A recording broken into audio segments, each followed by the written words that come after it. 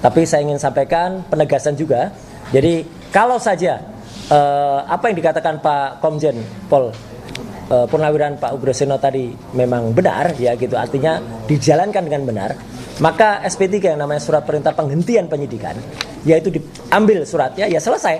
Jadi tuyulnya ada 8 ya, ini tuyulnya cuma 2. Jadi karena tuyulnya cuma 2, maka ini aneh ya gitu. Maka ini sekali lagi dulu ada kiasan yang sampai oleh sahabat kita dari Bon Jovi, Pak Lukas Luarso, 2 tuyul menuhi jin ifrit. Ya. Saya nggak tahu yang disebut 2 tuyul itu siapa, jin ifritnya siapa ya. Tanya ke pembuat kartun ini ya.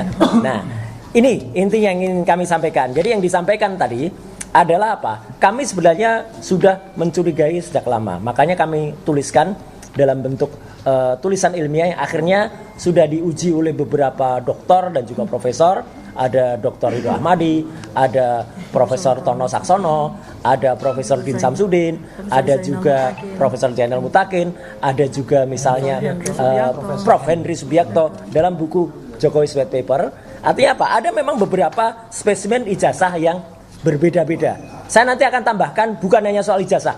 Dan ini yang mungkin akan saya tampilkan karena itu yang kami lihat sebagai primary evidence atau bukti primer yang kami pegang sendiri, kami sentuh sendiri, dan bahkan kami terima langsung dari pejabat yang berwenang. Maka saya ingin ulangi sedikit, mereview sedikit.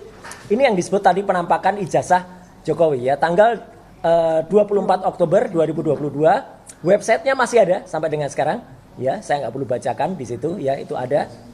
Jadi ini memang resmi. Artinya apa? Artinya tidak terkena pasal 32 dan 35. Karena yang menampilkan adalah Dekan Fakultas Kehutanan Dr. Sigit Sunarta. Dan itu ditampilkan waktu itu. Itu kenapa kami belum bergerak melakukan penelitian ya. Karena apa? Ini masih berupa fotokopi hitam putih. Jadi ini yang saya tambahkan dari Dr. Tifa. Karena hitam putih, kami belum bisa memeriksa yang namanya tekstur, kami belum bisa memeriksa perbedaan warna. Kami ya, tapi secara perilaku Dr. Tifa sudah mengamati bagaimana perilakunya Dr. Sigit Sunarta, perilaku orang-orang yang ada di belakang ini, itu udah kelihatan mereka. Dan waktu itu pun sebenarnya kelihatan bagaimana gaya dia menunjukkan. Sempat dia juga menunjukkan dalam video itu adalah ijazah yang disebut-sebut miliknya almarhum Hari Mulyono waktu itu. Jadi waktu itu kenapa Dr. Tifa sudah melihat perilakunya. Dan baru kami meneliti itu ketika seseorang kader PSI, nah ini saya tampilkan utuhnya. Kalau tadi Dr. Tifa menampilkan potongannya, saya tampilkan utuhnya. Tanggal 1 April 2025, dia tulis buat yang ributin fotokopi ijazah Pak Jokowi yang saya ulas upload pada UTAS. Jadi ini peristiwanya mirip-mirip tahun ini, mirip-mirip sekarang ini, mendekati bulan suci Ramadan. Karena dia tulis kan, biar kalian tenang lebarannya ya. Ini saya upload yang asli. Dia tulis yang asli ini. Tapi di sini jelas betul karena ini dari foto. Persis tadi apa yang disampaikan oleh Dr. Tifa saya kuatkan lagi. Dan itu juga statementnya Dr. Ismon. Karena ini pakai kamera dipotret, harusnya yang namanya emboss, yang namanya watermark nampak. Kalau memang di situ lebaran tinta juga nampak. Tapi ini tidak tampak sama sekali. Kenapa tidak tampak? Saya juga sudah uji dengan menggunakan proses yang namanya ELA, Error Level Analysis. Kemudian dengan proses namanya Luminance and Gradients. Ini Luminance and Gradients. Luminance and Gradients itu tampak reliefnya. Tidak ada yang namanya watermark, tidak ada yang namanya emboss. Ya, bahkan salah seorang kader, bukan kader ya, pendukung berat dari Jokowi, dari Joman, Andi Aswan namanya, berani menampilkan dan maaf saya ulangi dengan garis tegas, berani berbohong di depan publik, di depan salah satu TV, ada mikrofonnya di sini, ya, Anyus. Pada tanggal nggak boleh sebut Anyus ya, nggak boleh. Ya. Ada saksinya, Dr. Refli Harun juga ada. Pada tanggal 18 Oktober, saya sendiri pada tanggal 19 November, saya 25 November. Itu adalah sama dengan Dian Sandi tadi. Tapi dia bilang itu scan asli. Scan asli. Dia bohong. Kalau scan asli, harusnya pada histogramnya juga berbeda. Ini histogramnya sama dengan yang punyanya Dian Sandi. Ini sangat ilmiah ya. Dan ijazahnya sudah disita pada tanggal 23 Juli. Jadi karena dia tampilkan ini pada tanggal 25 November, dia dapat ijazahnya dari mana? Itu kan kebohongan-kebohongan yang luar biasa. Nah, kalau dia lihat, Inilah yang ditampilkan oleh saudara Andi Aswan. Ya. Kenapa ini saya katakan palsu? 99,9% palsu. Ini ijazah ini tadinya miring, ijazahnya Dian Sandi ini. Maaf dok. Sama dengan ini. Hanya saja kemudian ditarik-tarik sama dia, kanan kirinya ditarik sehingga apa? Logonya jadi meletot. Ini meletot namanya logonya ya, pating peletot. Jadi ini kami selaku alumnus UGM marah betul. Ada orang namanya Andi Aswan, bukan lulusan UGM, merusak logo yang sudah dibuat oleh RJ Katamsi.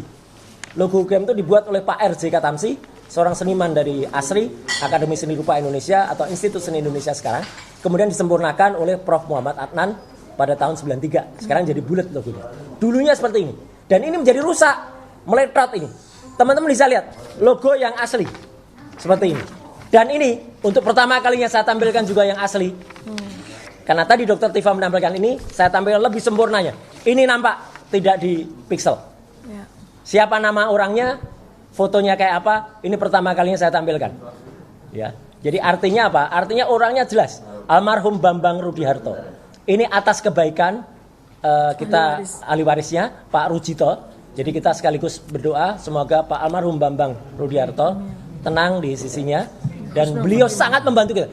Yang ingin saya sampaikan Pak teman-teman, perhatikan watermarknya. Jelas banget ini watermarknya.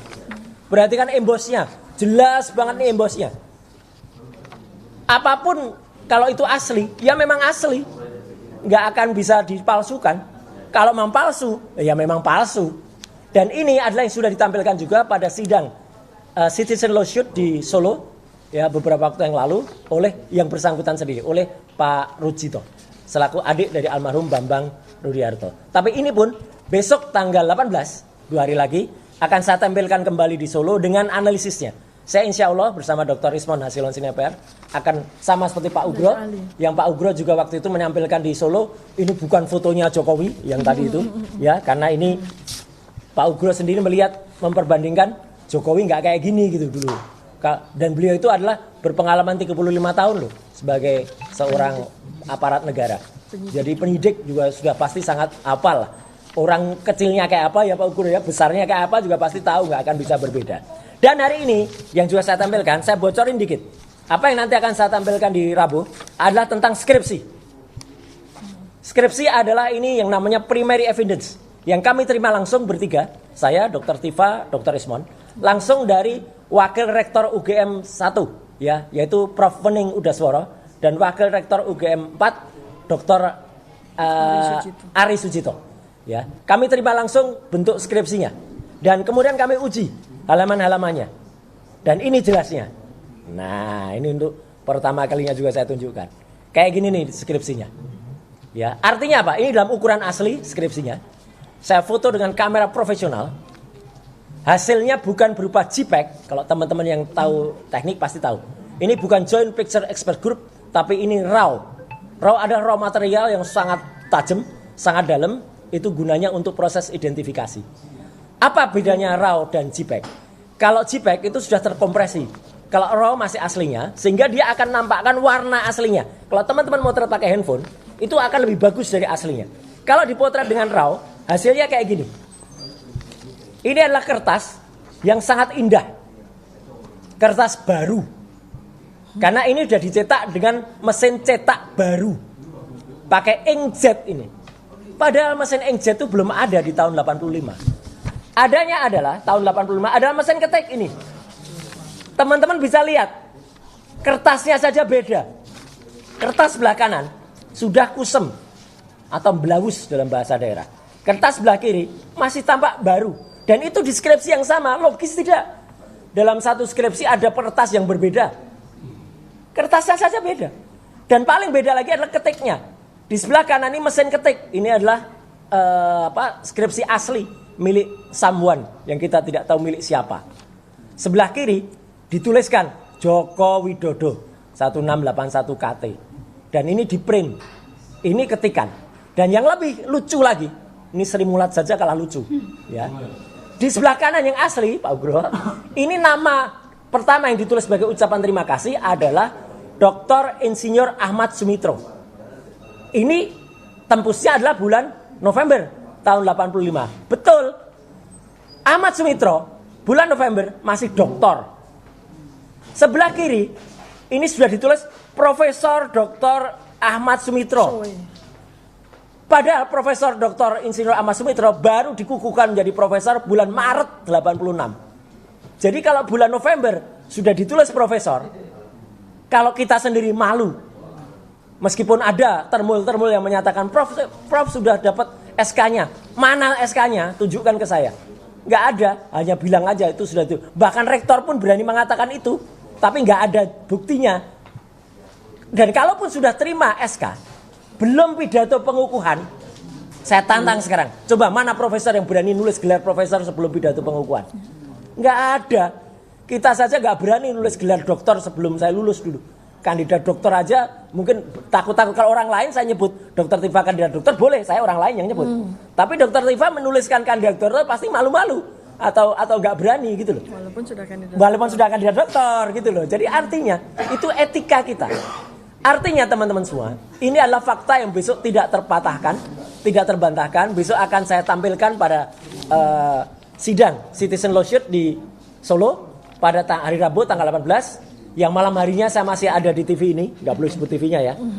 Ya. Jangan sebut iNews. Jangan sebut iNews, jangan sebut iNews suara. Ya. Malam harinya. Siangnya ada di Solo untuk sidang. Malam harinya ada di Head to Head CNN. Nggak boleh sebut CNN lagi ya. Nah. Mana CNN nggak ada.